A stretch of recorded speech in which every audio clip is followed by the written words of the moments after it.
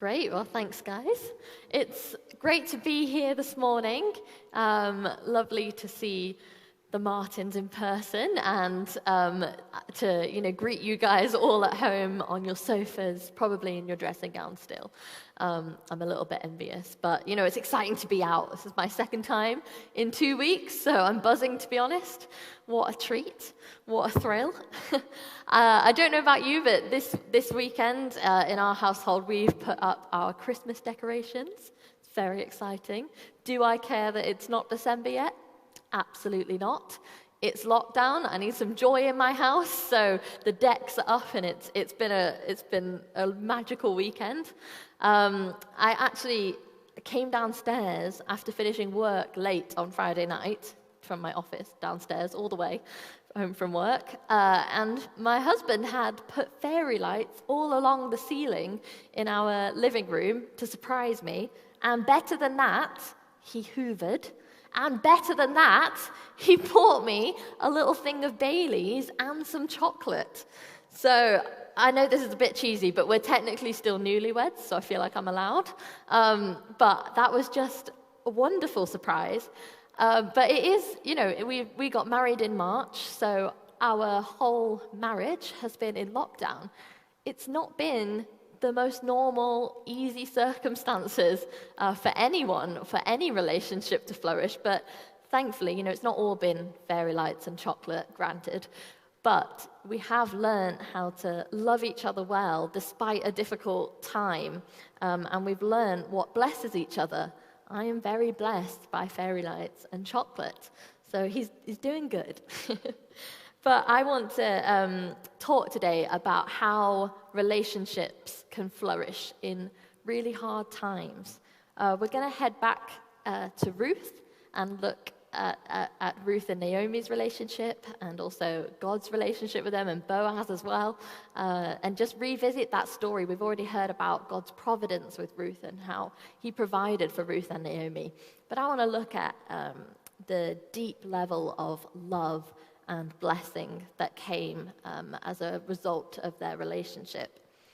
I think there's a lot that we can learn from Ruth, so no harm in going back. When I think of an example of relational faithfulness in the Bible, Ruth is one of the first people who comes to mind. She stuck by Naomi, like big time. She stuck by her. And there's two main kinds of relational faithfulness that I want to highlight looking at this story. The first is relational faithfulness or relationships across cultural lines. And the second, relationships when times are hard, and how these can affect an entire community. So relationships across cultural lines. Let's start with, I think, the best bit in the book of Ruth. Ruth chapter 1, verse 16. It's very famous, and for good reason. Ruth says to Naomi, "Where you go, I will go. And where you stay, I will stay.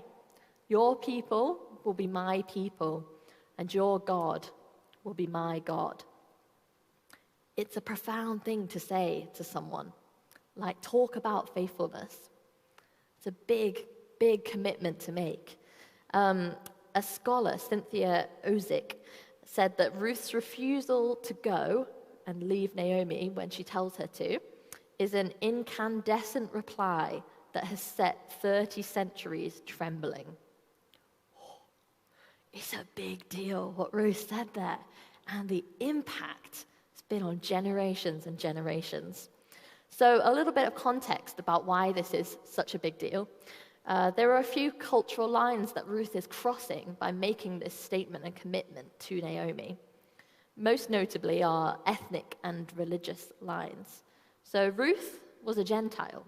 Naomi was a Jew. If you've glanced at the Bible, you'll know that often they didn't get on, or they weren't the same kind of people.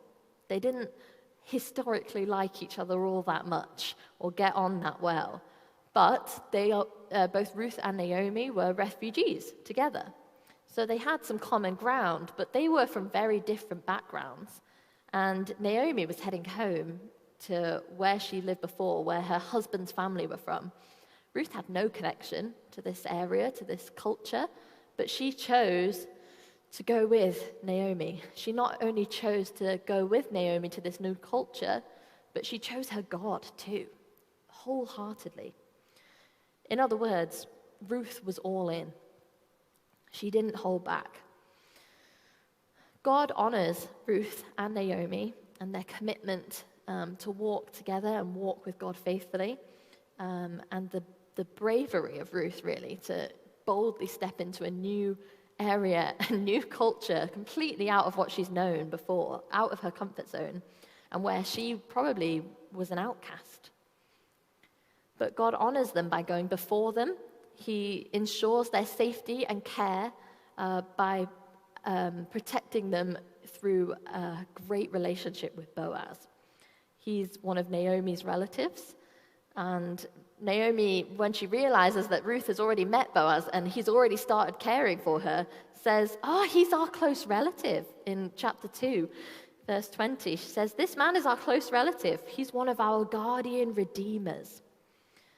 And Boaz really is their guardian redeemer. He looks after them. And the cultural lines being crossed doesn't actually stop with Ruth, because Boaz then grasps some of that and does it in return for them. So he not only creates a safe place for Ruth to work, but he marries Ruth, and he's not even their blood relative.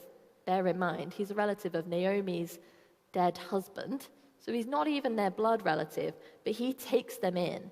He says, I'll be your family. Let's get married. I'll be your partner. And he crosses a line beautifully with love to maintain and preserve the name of Naomi's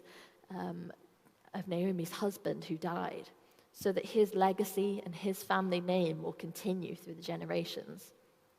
God protected and honored all three of them for their boldness in love.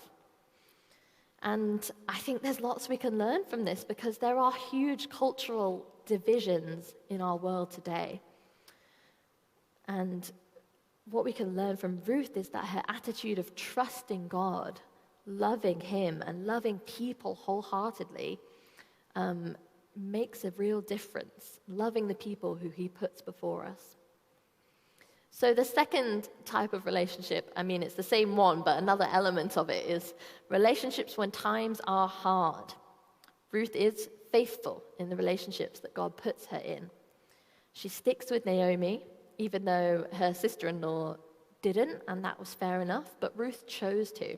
She serves Boaz, and then Boaz serves and blesses her and Naomi in return. Times are tough sometimes, though. This story is not all beautiful roses and butterflies. Let's not forget that Naomi and Ruth are both widows. They're grieving. They've been through a lot. Naomi has lost her husband, her sons, her inheritance, her whole family and identity, it seems.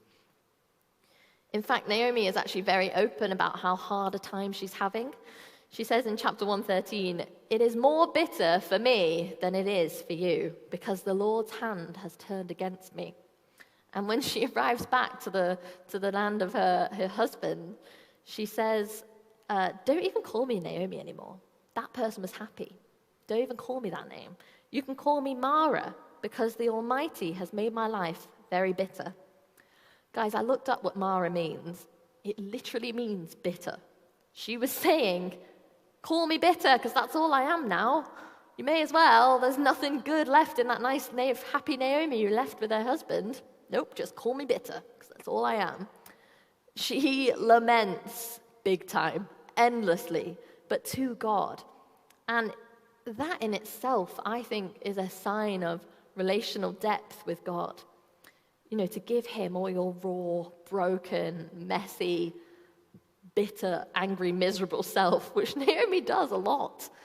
But I've got to be honest, if I were Ruth and Naomi was like mega miserable, I might have run out of patience a lot sooner than Ruth did. I might have been like, okay, bye.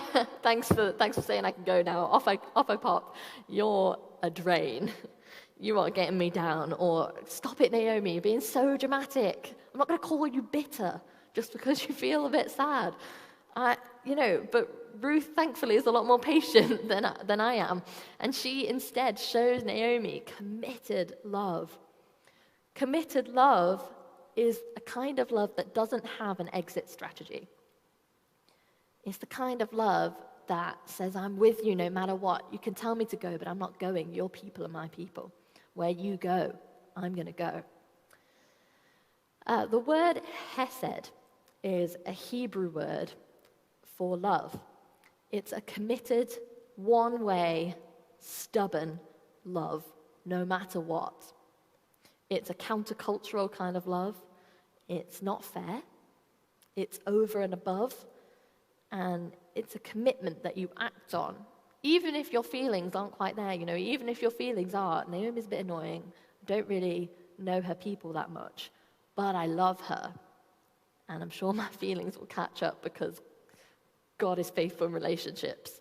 It's that kind of love. Ruth embodies that, not just in saying, I'll come with you wherever you go, but when they get there, Ruth works so hard for Naomi, not just for her own sake, but for the sake of Naomi as well. In chapter 2:17, we see Ruth is working all day and all evening in the fields. She's laboring. It's hard work. But she is the first to get up. She's the last to leave. And she's doing this all for the sake of love. There's a book called A Loving Life by Paul E. Miller, which it ruined me in a good way. And it talks about Hesed love. And Paul writes that Hesed is a stake in the heart of the changing seasons of life. It's a bond that transcends and stands against the ebb and flow of life's passions. It's a stake in the heart. It's a thing that won't move. It's immovable love, no matter how tough times are.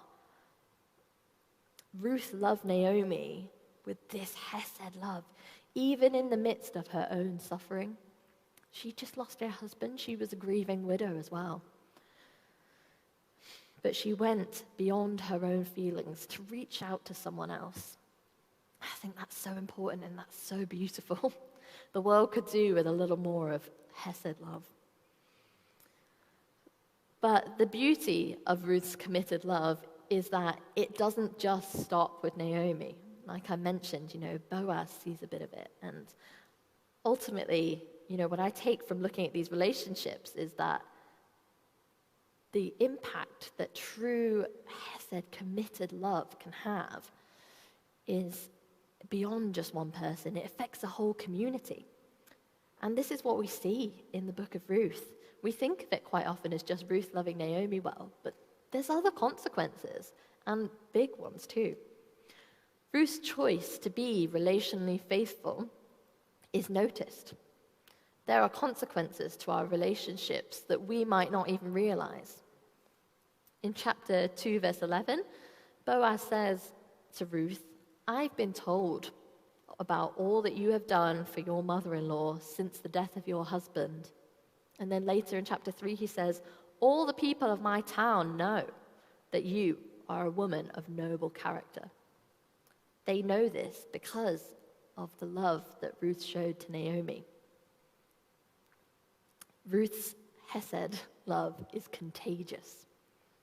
Hesed love, it draws you in, just like it drew in Boaz.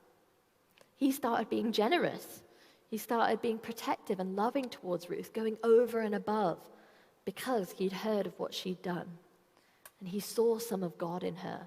He saw some noble character. Boaz then increased his love. His heart increased for Ruth, but also he was talking to his community about it, saying, look what this woman did, and I'm going to do the same. He demonstrated that to his whole community. And the ultimate result of Ruth's faithfulness to Naomi is God's abundant blessing on these relationships. the fruit of all this relational faithfulness that started with Ruth talking to Naomi and saying, I'm going to love you. It comes in chapter 4 where a boy is born. Ruth and Boaz get married and she has a son. And this isn't just happy, beautiful news that a baby's arrived. It's a big deal for Naomi. Naomi now has a son again. Naomi has a grandson. Something that was completely dashed previously. She thought that would never be able to happen again because all the men in her family had died. That was it for her family. But God has redeemed that situation through Ruth because Ruth was committed in her relationship. She was faithful. And this son will inherit her husband's inheritance, and that will be passed on through generations to generations. And this son became a relative, an ancestor of King David and the line of Jesus. What? Ruth was King David's great-grandmother. That is crazy blessing and faithfulness because of the love that she gave. For generations and generations and generations, God blessed their family. And that came out of a tough old time, but of one person in a tough time saying, all right, I'm committed to God. I'm committed to love you over and above. God bless them big time. What I'm trying to get out here is that the world actually moves for love. Things start to change when real love is acted on. Love is a legacy. It lasts forever. It lasts for generations to generations. It lasts from Ruth to Jesus. Oh my goodness. The relationship between Ruth and Naomi, it flourished. Relationship between Boaz and Ruth, it flourished. Relationship between a whole community and Ruth, they accepted her, it flourished. And they certainly all started to reflect God himself and the covenant of Hesed love that he has with each of us. Hesed love is actually only used in the Bible a few times, and usually to talk about God's love for us. But it's mentioned in the book of Ruth 3 times. I think that's telling that the love that she shows is a big, big deal. She was sharing a glimpse of God's love there, the kind of love that he has for us. And I just wonder what fruit can come out of our lives if we start showing this kind of love. Could there be a chain reaction of flourishing relationships in our community, in your household, in your family, for generations and generations? We've heard over the past couple of weeks throughout this season, looking at flourishing, about how Ruth and Daniel and Esther and others all witnessed total transformation of communities because they were faithful in their relationship with God and faithful in their relationship with others. When we start to think beyond ourselves and think outside of ourselves to others, to our relationships, a lot could change for the better. Imagine if we all left today, or you left your house, left your sofa, but all took away from today to go and invest intentionally in just a handful of close relationships with that selfless, committed, righteous, honoring love, just to go over and above for someone like Ruth did. That's probably already a couple of thousand people that have been reached just like that, just by each of us showing that and extending that love to someone around us. And imagine if we started extending that love to people outside of our close-knit circle. The people who aren't necessarily in your comfort zone, aren't necessarily around you all the time. Just one person who is suffering. Just one person who looks differently to you. One person who's a different gender to you. One person with a different life experience. Someone who's a refugee, someone who's not your age. Someone at work, or just someone on the street. Your neighbors, someone you walk by, someone you have an encounter with. What if that encounter was overflowing with deep, committed love? We can follow Ruth's example. She showed that love to one person, one widow, one foreigner, one person of different faith to her. And look what happened. Generations and generations were blessed, and relationships were restored, renewed, and redeemed. God honored and blessed her and all of her descendants. And I just want to end by praying a blessing over you that God spoke to me about this morning. I was listening to that song, The Blessing, that worship song, and I was just struck by, gosh, this is demonstrating that Hesed love. This is what God wants to do for us and our communities. It says, may his favor be upon you and 1,000 generations, and your family and your children and their children and their children. May his presence go before you and behind you and beside you and all around you and within you. He is with you. He is with you in the morning, in the evening, in your coming and your going, in your weeping and your rejoicing. He is for you. He is for you. Amen.